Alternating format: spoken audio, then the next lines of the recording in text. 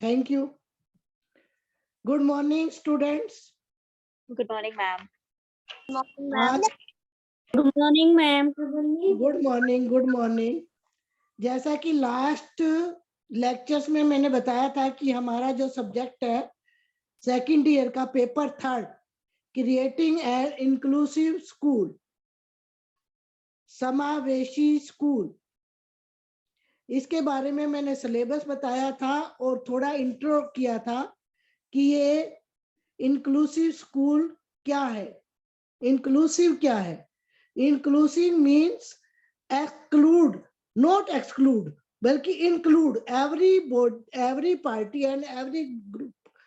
All students are equal and all students include in the one school and same roof. आज उसमें से first topic हमारा जो है वो है concept of exceptional children. Concept of exceptional children with special needs. विशिष्टता की अवधारणा, विशिष्टता की अवधारणा, जैसा कि इसके वर्ड से ही पता चलता है, exceptional means every child is exceptional. हर बच्चा अपनी विशेषता लेकर पैदा होता है। All human beings are diverse. जितने भी मनुष्य हैं उनमें विभिन्नता पाई जाती है, चाहे वो race, age, caste, creed, religion, national origin, sexual orientation and ability. हर मनुष्य के अंदर अपनी अलग तरह से विशेषताएं होती हैं, वो दूसरे बच्चे से डेविएट करता है। Each individual is unique. प्रत्येक व्यक्ति, प्रत्येक बच्चा अपने आप में यूनिक होता है। As every individual is different from other. वो दूसरों से विभिन्नता लिए होता है। The differences among different individual may be due to culture, gender, socio-economic status, age, physical abilities, belief और ideologies। चाहे वो सांस्कृतिक रूप से हो, लिंग के आधार पर हो, सामाजिक तथा आर्थिक स्टेटस के आधार पर हो, आयु के आधार पर हो, या उसकी शारीरिक योग्यता, विश्वास और उसके अपने आदर्श। क्योंकि डाइवर्सिटी तो हमेशा से हमारे समाज में रही है। एक माता पिता के बच्चे भी आपस में भिन्न होते हैं, चाहे वो ट्विंस भी क्यों ना हो। कुछ कद काठी में, कुछ shorter, longer, stronger, quick learn करने वाले और मंद बुद्धि यानी कि स्लो लर्नर, जिनको रिपीट की आवश्यकता पड़ती है। तो एक्सेप्शनल जो चाइल्ड है can be defined as one with से डिसेबिलिटी और डिसऑर्डर और डिले और बिहेवियर, अटेंशन, सेंसरी प्रॉब्लम और एनी अदर इशू। जो एक्सेप्शनल चिल्ड्रन है वो नॉर्मल बच्चे से डिफरेंट होते हैं। उनकी नीड, उनका डिजायर, उनके इंटरेस्ट, उनका इंटेलिजेंस, उनकी activity, way of learning, behaviour, skill, preference, motivation, हर बच्चे का अलग अलग होता है। तो एवरी चाइल्ड इज एक्सेप्शनल। प्रत्येक बच्चा नॉर्मल वे में अपनी विशिष्टता लिए होता है। एक तो होते हैं नॉर्मल बच्चे। नॉर्मल बच्चे क्या होते हैं? जो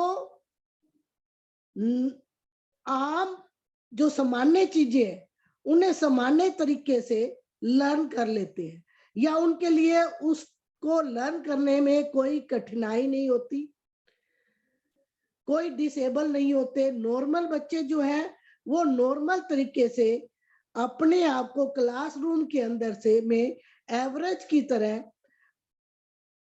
अपना कार्य कर लेते हैं, उन्हें उन कार्यों को करने में कोई कठिनाई नहीं होती। लेकिन जो एक्सेप्शनल चिल्ड्रन है, विशिष्ट बालक, वो एवरेज और नॉर्मल से अलग होते हैं, मानसिक रूप से, सामाजिक रूप से, शारीरिक रूप से, बुद्धिमत्ता के रूप से, mental, social, physically and intellectually उनके वो डेविएट करते हैं नॉर्मल बच्चों से। उनके जो गुण है वो अलग तरीके से होते हैं। तो ऐसे जो एक्सेप्शनल चिल्ड्रन है उनको एक अलग हम उनको एक क्लासरूम में रखते हुए उनके लिए स्पेशल एनवायरनमेंट क्रिएट करते हैं, उनको स्पेशल ट्रीटमेंट देते हैं, उनके लिए क्लासरूम को मॉडिफिकेट करते हैं और उनको ऐसा स्पेशल एनवायरनमेंट दिया जाता है जिससे उन्हें नॉर्मल स्कूल में नॉर्मल बच्चों के साथ वो अपने कैपेसिटी के अनुसार उसको सामान्य स्कूल में पढ़ सके, ऐसा उनको एनवायरनमेंट क्रिएट किया जाता है। एक्सेप्शनल चिल्ड्रन कौन से होते हैं? फिजिकली भी, मेंटली भी। इसके लिए 6 कैटेगरी में बांटा जा सकता है। Classification of exceptional children. पहला है mentally exceptional children. Mentally exceptional children, मानसिक विशिष्ट बालक। इसमें 2 तरह के होते हैं। एक होते हैं गिफ्टेड, प्रतिभाशाली, जिनकी IQ 120 से अबव होता है, वो गिफ्टेड चिल्ड्रन में आते वो भी एक्सेप्शनल ही है, क्योंकि वो नॉर्मल और एवरेज बच्चों से अलग होते हैं। क्योंकि वो जब क्लासरूम में कोई भी कार्य किया जाता है या उनको पढ़ाया जाता है तो वो गिफ्टेड बच्चों को वो पहले से ही उसके बारे में जानकारी होती है, इसलिए वो सामान्य रूप से उस क्लास में वो अपने आप को एडजस्ट नहीं कर पाता। उसके लिए भी हमें स्पेशल एनवायरनमेंट दिया जाता है या स्पेशल क्लासेस लगाई जाती है। दूसरे जो मेंटली एक्सेप्शनल चिल्ड्रन है वो है backward and mentally retired children.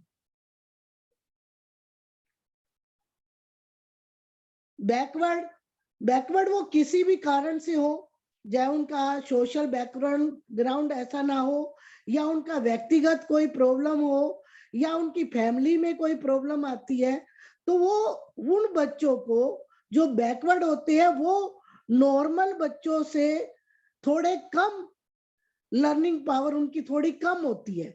ऐसे बच्चों को जो कि 90 या उनका IQ 90 से भी कम होता है, 90 डिग्री, तो उन्हें हम उसी लेसन को या उसी करिकुलम को 2-3 बार रिपीट करके उनको पढ़ाया जाता है, जिससे वो नॉर्मल बच्चों के साथ उसको लर्न कर सके।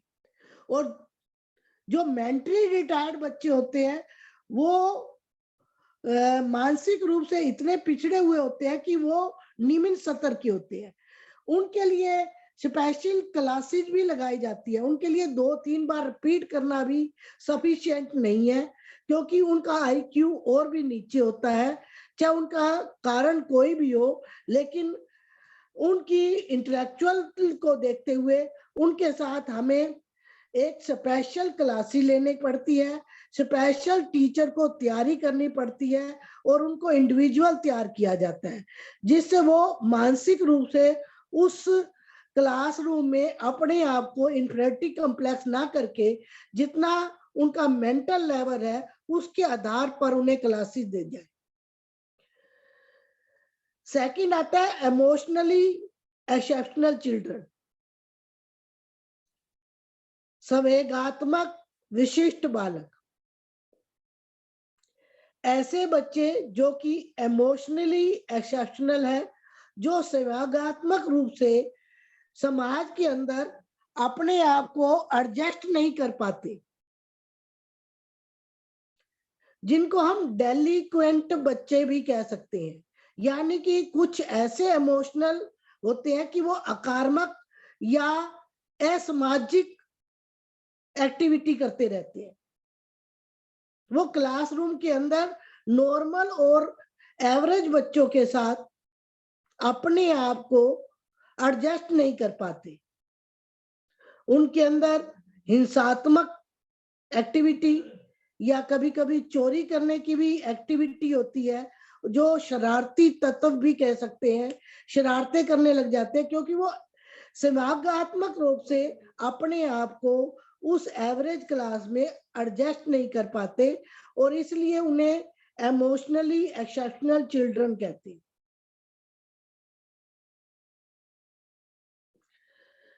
थर्ड है फिजिकली हैंडीकैप्ड चिल्ड्रन,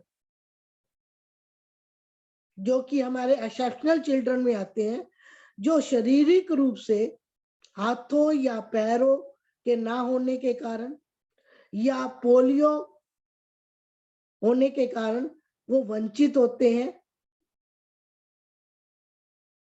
या जिनको विजुअल प्रॉब्लम होती है, दिखाई नहीं देता, fully visual problem, near blind children, जो जिन्हें दिखाई तो देता है लेकिन बहुत कम दिखाई देता है। तो ऐसे बच्चों के साथ हम उनको ब्रेल विधि के द्वारा या जो भी उनके लिए स्पेशल चीजें हैं उनको किया जाता है। उन्हें सामान्य क्लासरूम में ना, क्योंकि जो फुली विजुअल प्रॉब्लम वाले होते हैं, जो विजुअल इम्पेयरमेंट स्टूडेंट है, उनको हम एवरेज बच्चों के साथ क्लासरूम के अंदर नहीं पढ़ा सकते और उनके लिए एक अलग क्लास दी जाती है, जिससे वो अपने आप को क्लास के अंदर लर्निंग कर सके। उनके बार बार उनको प्रैक्टिस कराई जाती है, या जो उनके लिए एक तकनीकी रूप से जो विधियां हैं उनको अपनाकर उनको तैयार किया जाता है। और इसी में जो हाथों या पैरों से वंचित बच्चा है, उनके साथ हमें सिंपैथी ना होकर एम्पैथिक होना चाहिए, यानी कि उन्हें यह ना लगे कि हमें सहानुभूति की तरीके से देखा जाता है, बल्कि उन्हें भी आम बच्चों की तरह उनके व्यवहार को देखते हुए उनको उनकी जो सामान्य गतिविधियां हैं, उन सामान्य गतिविधियों को एवरेज बच्चों के साथ थोड़ा डिफरेंट लेकर इंडिविजुअल देख रेख से सामान्य बच्चों के साथ रहकर एक ही स्कूल में एक ही छत के नीचे उनको इस तरह से उनकी गतिविधियां कराई जाए, ऐसे उनको लर्निंग कराया जाए जिससे वो अपने आप को इन्फिनिटी कॉम्प्लेक्स महसूस ना कर सके। फिर है डेफ एंड डम्ब, यानी कि मूक और बधिर बालक। कुछ ऐसे बच्चे होते हैं जो बोल नहीं सकते, सुन नहीं सकते, ये भी हमारे फिजिकल हैंडीकैप चिल्ड्रन में आते हैं। कुछ ऐसे बच्चे हैं जो चिल्ड्रन विद डिफेक्टिव स्पीच, यानी कि उनके बोलने में कोई प्रॉब्लम है, बोलने में ये समस्या है, जैसे वो अकलाते हैं या तुतलाते हैं या अटक अटक कर बोलते हैं, या बोलने में कुछ शब्दों का सही उच्चारण नहीं कर पाते। तो ऐसे बच्चों के लिए स्पेशल ट्रेनिंग की जरूरत होती है और उन्हें स्पेशल केयर की जरूरत होती है। फिर है सोशली हैंडीकैप चिल्ड्रन, ऐसे बच्चे जो समाज में एडजस्ट नहीं हो पाते। सामाजिक दृष्टि से भी ऐसे बालकों को में अनेक विभिन्नता पाई जाती है। कुछ बच्चे ऐसे होते हैं वो बड़े जल्दी मित्र बना लेते हैं, और कुछ ऐसे होते हैं कि प्रयत्न करने पर भी वो मित्र नहीं बना सकते या उन्हें मित्र बनाने की कला नहीं आती। उन सभी के साथ उठना बैठना कुछ बच्चे पसंद करते हैं, कुछ बच्चे अकेलापन और एकांत प्रियता अधिक पसंद है, कुछ विनोदी प्रकृति के होते हैं, हंसमुख, और कुछ ऐसे होते हैं जो शर्मीले होते हैं और अपने ही हाल में मस्त रहने वाले होते हैं। तो ये भावना सभी छोटे बड़े बाल वृद्ध स्त्री पुरुष निर्धन धनी सभी में मिलता है। फिर है न्यूरोलॉजिकल चाइल्ड, जिनकी नर्वस सिस्टम में कोई प्रॉब्लम आ जाती है, बाय बर्थ भी हो सकती है, कई बार किसी एक्सीडेंट की वजह से भी हो सकती है न्यूरोलॉजिकल प्रॉब्लम। तो ऐसे बच्चों के लिए भी हम एक्सेप्शनल स्कूल या एक्सेप्शनल की व्यवस्था करते हैं, विशिष्टता की आवश्यकता पड़ती है। दूसरा है multi handicap children. Multi handicap children वो होते हैं जिन्हें एक से अधिक प्रॉब्लम्स होती है, समस्याएं होती हैं, जैसे वो मूक है और इसके साथ साथ उसका कोई हाथ या पैर नहीं है, या वो अकलाता भी है और मूक भी है, यानी अकलाता भी है और विजुअल प्रॉब्लम भी है। तो ऐसे बच्चे मल्टी हैंडीकैप चिल्ड्रन कहलाते हैं। तो एक्सेप्शनल चिल्ड्रन में जैसा कि मैंने बताया, mental retardation, learning disabilities, emotional and behaviour disorder, communication disorder, hearing impairment, visual impairment, physical और orthopaedic impairment, neurological disorder, multiple disabilities, giftedness, creative talent. ये सारे बच्चे, इनको हम कौन सी कैटेगरी में डालते हैं? एक्सेप्शनल कैटेगरी में डालते हैं, क्योंकि ये सब एक्सेप्शनल चिल्ड्रन है जिन्हें हम फिजिकल कैरेक्टरिस्टिक्स में या पैटर्न ऑफ लर्निंग के आधार पर एक्सेप्शनल मानते हैं। तो एक्सेप्शनल चिल्ड्रन के लिए क्या कैरेक्टरिस्टिक्स होने चाहिए? Exceptional children are those for whom uniform educational program can't be sufficient. जो विशिष्ट बच्चे हैं उनके लिए अगर हम कहें कि सार्वभौमिक शिक्षा का प्रोग्राम किया जाए तो वो उनके लिए सफिशिएंट नहीं हो सकता, वो उनके लिए पर्याप्त नहीं हो सकता। तो they need special instructional programs or specially service or both. उन बच्चों के लिए जो एक्सेप्शनल है, विशिष्ट बच्चे हैं, उनके लिए विशेष इंस्ट्रक्शनल प्रोग्राम दिया जाए या स्पेशल स्कूल खोले जाए या दोनों चीजें की जाए। Exceptionality is manifested by performance that is superior or inferior to that of the average children. क्योंकि जो विशिष्टता की है, जो विशिष्ट बच्चे हैं, उनकी परफॉर्मेंस सुपीरियर भी हो सकती है और इन्फीरियर भी हो सकती है, यानी कि वो गिफ्टेड बच्चे भी हो सकते हैं और मेंटली रिटायर भी बच्चे हो सकते हैं। तो उन्हें एवरेज बच्चों के साथ modify of the school, modify of the class या उनके लिए एक स्पेशल एनवायरनमेंट क्रिएट किया जाता है। They deviate from the average children in both direction plus and minus of mean point physically, psychologically और socially.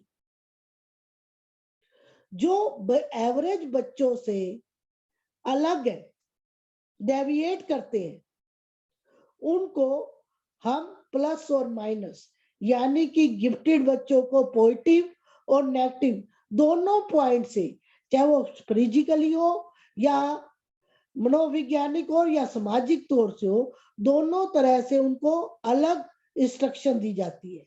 These deviations are significant to such an extent that their adjustment with the normals in some situation becomes difficult. क्योंकि ये जो विभिन्नता है average और normal बच्चों से, जो विशिष्ट बालक है, जो विभिन्नता लिए हुए हैं, उन्हें नॉर्मल बच्चों के साथ उस सिचुएशन में कोई भी कार्य करते हुए डिफिकल्टी आती है, कठिनाइयां आती है. ऐसी सिचुएशन में उनको साइकोलॉजिकली, फिजिकली और सोशली हम उनके लिए स्पेशल एनवायरनमेंट क्रिएट करेंगे, स्पेशल क्लासेस दी जाएंगी, उनके लिए क्लासरूम मॉडिफाई किए जाएंगे या उनको स्पेशल टेक्निक प्रदान की जाएगी.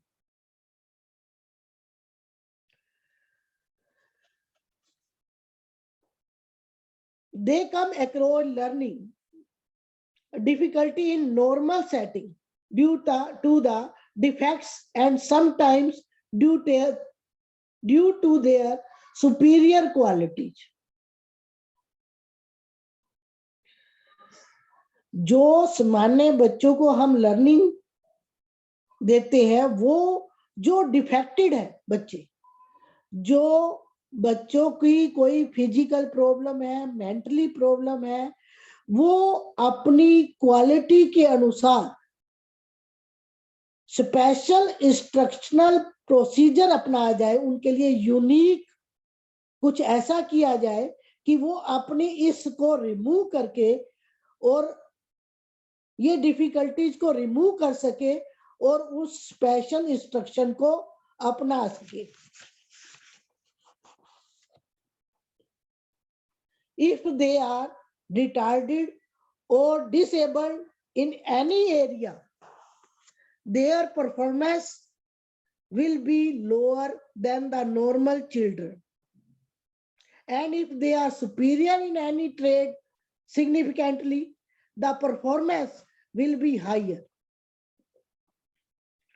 जो बच्चे रिटार्डेड है, डिसेबल है, उनकी परफॉर्मेंस नॉर्मल बच्चों से निम्न होगी और जिन बच्चों का गुण अधिक है, गिफ्टेड बच्चे हैं, वो नॉर्मल बच्चों से सुपीरियर होंगे, नेचुरल. तो इस ऐसे डिसेबल्ड चिल्ड्रन के लिए come to the average performance when they are fully grow up and mature in their experience and training. ऐसे बच्चों के लिए ऐसी परफॉर्मेंस दी जाए जिससे वो अपना मैच्योर हो सके, अपने अनुभव शेयर कर सके और उनके अंदर विकास हो सके. The exceptional children are found in every society and culture, almost in the same percentage of the total population. जो विशिष्ट बच्चे होते हैं वो हर समाज में, हर संस्कृति में ऑलमोस्ट सेम परसेंटेज होते हैं उनकी, क्योंकि हर जगह जो भी सोसाइटी है या जो भी हम संस्कृति है, उन सब में एक्सेप्शनल चिल्ड्रन पाए जाते हैं और सेम परसेंटेज में पाए जाते हैं. और sudden medical factors can however increase their numbers all of a sudden. तो उनके लिए जितनी भी हम मेडिकल प्रोसीजर अपनाए जा सकते हैं, उनके लिए टेक्निक अपनाए जा सकते हैं, तो उनके लिए हम एक ही क्लासरूम में, जिससे वो इन्फिनिटिंग कॉम्प्लेक्स ना कर सके और एक ही छत के नीचे उनसे सिंपैथी ना करके उनके लिए एम्पैथी का वातावरण क्रिएट करें.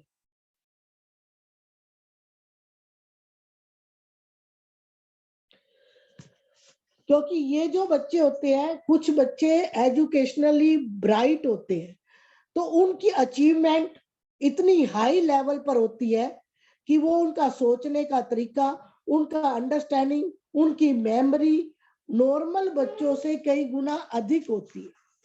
तो ऐसे जो बच्चे होते हैं वो क्लासरूम के अंदर नॉर्मल बच्चों के साथ अपने आप को एडजस्ट नहीं कर पाते, तो उनके लिए ऐसा एनवायरनमेंट क्रिएट किया जाए, उनका मोटिवेशनल लेवल, उनका हार्ड लेबर इस तरह से किया जाए जिससे वो स्टूडेंट अपनी फ्यूचर लाइफ में ब्राइट करने के लिए एडजस्ट कर सके। तो उनके ट्रेड्स, जो उनके गुण हैं, उनको ऊपर उठाने के लिए, क्योंकि अगर हम उन्हें नॉर्मल बच्चों के साथ या एवरेज बच्चों के साथ मिक्स करेंगे तो वो अपने आप को उनके साथ एडजस्ट नहीं करेंगे और उनके साथ उनका जो फ्यूचर है वो अपने फ्यूचर को लेकर परेशान रहेंगे। और जो बैकवर्ड बच्चे हैं, जो एजुकेशनली बैकवर्ड है, चाहे उनका रीजन कोई भी हो, उनका एजुकेशनल फील्ड कोई भी हो, तो उनके लिए क्योंकि वो पुअर, उनकी जो लर्निंग पावर है वो पुअर है, लर्निंग प्रोसेस है वो लो है, उनका लो इंटेलेक्चुअली एबिलिटी है, तो वो इमोशनल प्रॉब्लम क्रिएट करते हैं। तो इन बच्चों के लिए स्पेशल ट्रीटमेंट दी जाए by the teacher in the classes. Class के अंदर एक स्पेशल ट्रीटमेंट किया जाए, उनके लिए रिपीटेड क्लासेज हो, यानी कि उनके लिए बार बार उस पोर्शन को, उस करिकुलम को रिपीट किया जाए जिससे वो उस समस्या को सीरियसली ले सके, स्पेशल क्लास अरेंज की जा सके। और जो कम्युनिकेशन डिसऑर्डर बच्चे हैं, जिनकी बोलने में हकलाना, अटकना या तुतलाना, ऐसे कम्युनिकेशन वाले बच्चे जो है उनका भी जो लो लेवल है ऑफ इंटेलिजेंट का वो पुअर लेवल होता है, तो उनकी कंसंट्रेशन पावर भी उतनी नहीं होती। तो उनके साथ भी हम अगर उनको लिए जो हम अंडरस्टैंड करके, उनको पहचान कर उनके लिए अलग से क्लासेस किया जाए, उनकी बोलने की थेरेपी के द्वारा बार बार उसको जो वो वर्ड तुतलाता है या हकलाता है, उसी विजुअल, जो हम विजुअल कह रही हूँ, जो मौखिक रूप से थेरेपी होती है उनका प्रयोग करके उन्हें उस लेवल तक ले आए कि वो अपना बोलने में, हकलाने में उसकी डिसऑर्डर जो है उसको दूर कर सके। अब जो है इमोशनल डिसऑर्डर बच्चे होते हैं, वो the children lack proper emotional and social skill, क्योंकि वो समाज में अपने आप को एडजस्ट नहीं कर पाते इतनी जल्दी से। वो अपने पीयर ग्रुप में, यानी कि जो सहपाठी हैं, उनके साथ एडजस्ट नहीं हो पाते, कि वो डिस्टर्ब होते हैं इमोशनली। उनके लिए भी स्पेशल अटेंशन की जरूरत होती है बाय द टीचर, कि अध्यापक उनके ऊपर स्पेशल अटेंशन दे, उनके साथ ट्रीट करे कि वो अपने पीयर्स या मेट्स के साथ, अपने टीचर के साथ एक अच्छे मैनर के द्वारा वो अपनी स्किल को कर सके। अब लर्निंग डिसेबिलिटीज, वो बच्चे जिन्हें स्पेशल लर्निंग नीड्स होती है, जैसे speaking, listening, reading, writing, reasoning and arithmetic skills. कुछ बच्चे बोलने में अच्छे हैं, कुछ पढ़ने में, कुछ लिखने में, कुछ लॉजिक देने में, तर्क करने में, कुछ कला, पेंटिंग, संगीत, म्यूजिक इसमें अच्छे हैं। तो ये बच्चे भी एक्सेप्शनल में आते हैं। कुछ बच्चे पढ़ना तो जानते हैं लेकिन लिखने में ठीक नहीं है, कुछ लिख सकते हैं लेकिन पढ़ नहीं सकते, बोल नहीं सकते, कुछ सुनने में उनकी कंसंट्रेशन नहीं होती, वो जल्दी से पिकअप नहीं कर पाते। ऐसे बच्चे भी नॉर्मल बच्चों से अलग होते हैं। ये अबाउट हर स्कूल में मिलते हैं और इनकी अलग तरह से प्रॉब्लम होती है, तो इनके लिए भी स्पेशल अटेंशन की जरूरत है। कुछ पर्सनली डेविएंस होते हैं, पर्सनली, जैसे उनका बिहेवियर डिसऑर्डर होता है, ऐसे बच्चे भी एक्सेप्शनल में आते हैं। नर्वस होते हैं, साइकोलॉजिस्ट होते हैं, ये इनकी सीरियस प्रॉब्लम होती है जो कि सोशल सिचुएशन में एडजस्ट नहीं हो पाती। लर्निंग डिसेबिलिटीज होती है उनकी, ग्रुप में एडजस्ट नहीं हो पाती, तो ये उनकी एक व्यक्तिगत प्रॉब्लम्स होती है, व्यक्तिगत डिसेबिलिटीज है, इनको भी इंक्लूड करना है ग्रुप में।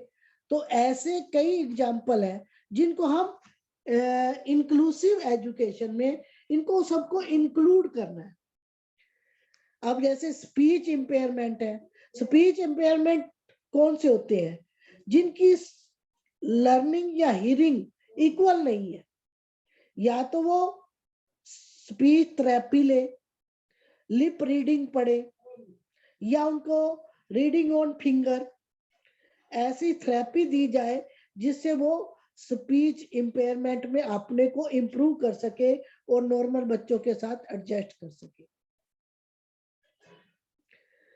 अब कुछ बच्चे विजुअल इम्पेयरमेंट होते हैं, ऐसी कैटेगरी के बच्चे या तो जिनका 0 और लेस होता है, यानी कि बिल्कुल ब्लाइंड होते हैं,